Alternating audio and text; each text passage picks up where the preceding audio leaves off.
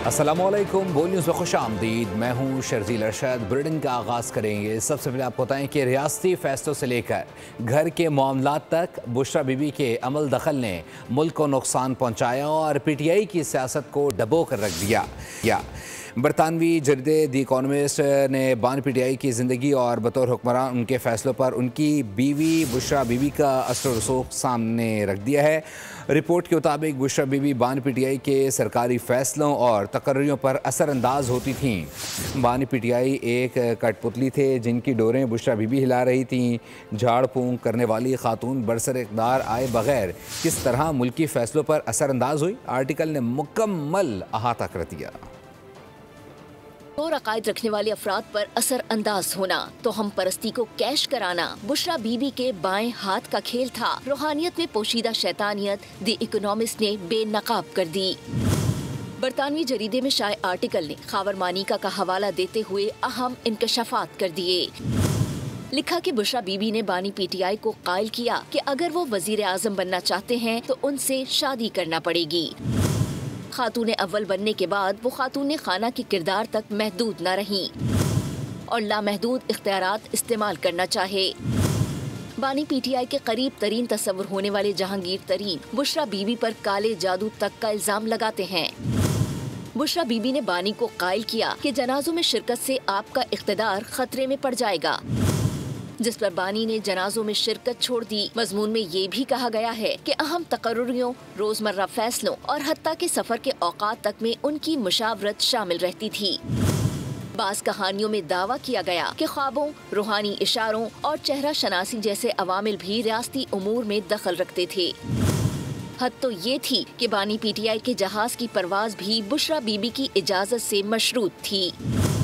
मुबैना तौर पर एस्टेब्लिशमेंट के चंद अनासिर ने बुशरा बीबी और उनके करीबी रूहानी हलकों के जरिए मालूमात का बहाव बानी PTI तक पहुंचाया, जिससे उनके रूहानी एतमाद को तक़वियत मिली।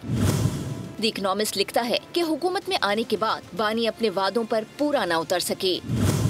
न 1 करोड़ नौकरियां दी, न 1 करोड़ घर बनाए। आखिरकार अदम एतमाद के जरिए उन्हें इख्तिदार से हाथ धोना पड़ा, जिसके बाद उन्हें करप्शन मुकदमात में सजाएं सुनाई गईं। इस दौरान बुशरा बीबी ने ही बानी को इंतशार की सियासत पर उकसाया। उनके इशारों पर पुरतशद्दुद एहतजाज की तहरीक चलाई गई, जिसमें अस्करी तंसीबात समेत अहम इमारतों को निशाना बनाया गया। मजमून बानी के साथियों का हवाला देते हुए उन्हें सादा लौह करार देता है, जो बुशरा बीबी के अज़ाइम से ला इल्म थे। मजमून के मुताबिक बानी PTI को मजबूत बयानिए के बावजूद रूहानी और इदारा जाती अनासिर के जरिए आसानी से मुतासिर या मुतासिर कंट्रोल किया जा सकता है। और बैरिस्टर गौहर और PTI को द इकॉनमिस्ट के खिलाफ ज़रूर कानूनी एक्शन लेना चाहिए। मेरा अंदाज़ा है ये अदालत नहीं जाएंगे। वज़ीर दिफा ख्वाजा आसिफ का तबसरा, कहा कि अगर बैरिस्टर गौहर ना गए तो मैं खुद अदालत जाऊंगा। द इकॉनमिस्ट कोई आम जरीदा नहीं है। इस स्टोरी के हवाले से भी फैज़ हमीद से तहकीकात हो सकती हैं।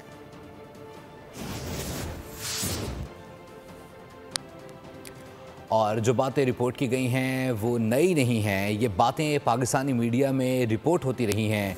शरीक मुसन्निफ़ा द इकॉनमिस्ट बुशरा तस्कीन की बोल के programme debate with Nadia Mirza में गुफ्तगू मज़ीद के कहा आपको सुनवाते हैं।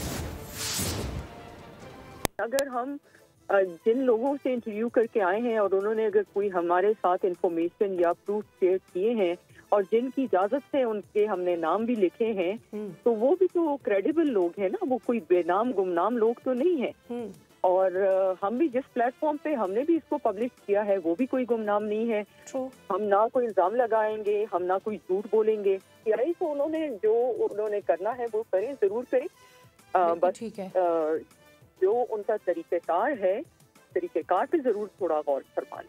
इसका सबूत वो लोग हैं जो वो काम करते थे, वो लोग हैं जहाँ से वो चीजें खरीदी जाती थी, वो दुकानें हैं, वो कसाई है, वो ड्राइवर है जो लेके आता था, वो मुलाजमीन है जो घर के अंदर लेके जाते थे, जो बाहर छत पे डालते थे, जो कब्रिस्तान में। तो यही सोर्स होता है ना। اور chairman peoples party Bilawal Bhutto سے آزاد کشمیر کے نامزد وزیر اعظم فیصل ممتاز راٹھوڑ کی ملاقات۔ بلاول نے کشمیری عوام کے مسائل حل کرنے کی ہدایت کر دی ہے۔ کہا کہ آزاد جموں کشمیر کے عوام کے مسائل خوش اسلوبی کے ساتھ حل کریں، عوامی سطح پر رابطوں کو مزید بڑھائیں تاکہ کشمیر کے حقیقی مسائل سے مسلسل آگاہی حاصل رہے۔ پاکستان اور اردن کے درمیان مختلف شعبوں میں مفاہمتی یادداشتوں پر دستخط ہو گئے۔ میڈیا، ثقافت، تعلیم کے شعبوں میں مفاہمتی یادداشتوں کا تبادلہ ہوا، جبکہ وزیر اعظم نے شاہ عبداللہ دوم کے اعزاز میں شائع بھی دیا۔ ملاقات میں دو طرفہ تعلقات پر تبادلہ خیال کیا گیا۔ ملاقات میں فیلڈ مارشل عاصم منیر، وفاقی وزراء نے بھی شرکت کی۔ دونوں ممالک نے اسٹریٹجک اور اقتصادی تعلقات بڑھانے پر اتفاق کیا۔ اردن کے شاہ کا تاریخی دورہ پاکستان، قومی قیادت سے اہم ملاقات۔ شاہ عبداللہ دوم وزیر اعظم ہاؤس پہنچے، وزیر اعظم نے استقبال کیا۔ شاہ عبداللہ کو گارڈ آف آنر بھی پیش کیا گیا۔ پاکستان اور اردن کے درمیان مختلف شعبوں میں تعاون کی مفاہمتی یادداشتوں پر دستخط ہوئے۔ دونوں سربراہان کے درمیان اہم ملاقات بھی ہوئی، جس میں فیلڈ مارشل عاصم منیر اور وفاقی وزراء شریک ہوئے۔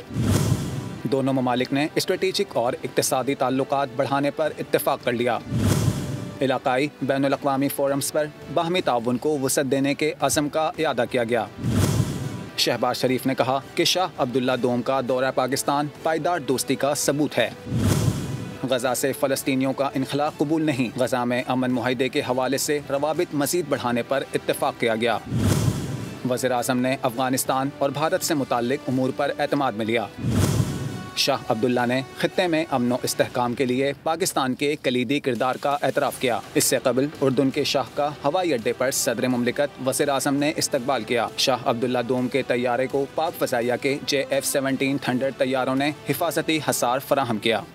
پنجاب اسمبلی کہتے ہیں کہ ملک آئین و قانون کے تحت چل رہا ہے۔ ملک احمد خان نے کہا 27ویں ترمیم نے آئین کو اس کی اصل شکل میں بحال کیا۔ سینئر صوبائی وزیر مریم اورنگزیب نے کہا وزیر اعظم شہباز شریف نے تمام مراحل مشاورت سے مکمل کیے۔ پارلیمنٹ کے فیصلوں کو نہ ماننا آئین شکنی ہے۔ پنجاب بار کونسل نے دستوری عدالت کے قیام کو جمہوری ضرورت اور آئینی تقاضا قرار دیا۔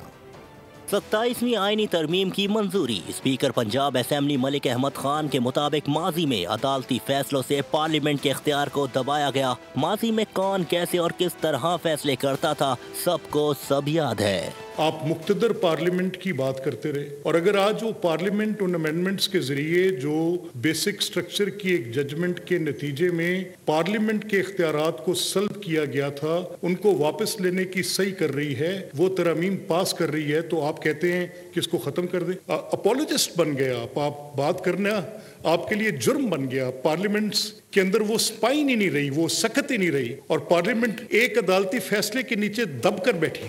سینئر صوبائی وزیر مریم اورنگزیب کی 27ویں ترمیم کی منظوری پر مبارکباد۔ کہا 27ویں ترمیم سے پارلیمنٹ اور افواج پاکستان مضبوط ہوئی ہیں۔ فیلڈ مارشل کا عہدہ آئین میں شامل کرنا دفاعی ذمہ داریوں کو مزید بہتر بنائے گا۔ پنجاب بار کونسل نے 27ویں آئینی ترمیم اور دستوری عدالت کے قیام پر موقف واضح کر دیا۔ مشترکہ اعلامیہ میں دستوری عدالت کے قیام کو جمہوری ضرورت اور آئینی تقاضا قرار دے دیا۔ بار کونسل نے آئینی ترمیم پر سیاسی مفادات کے لیے رکاوٹ ڈالنے والوں پر تنقید کی۔ سبسکرائب کریں اور بیل دبائیں تاکہ کوئی خبر رہ نہ جائے۔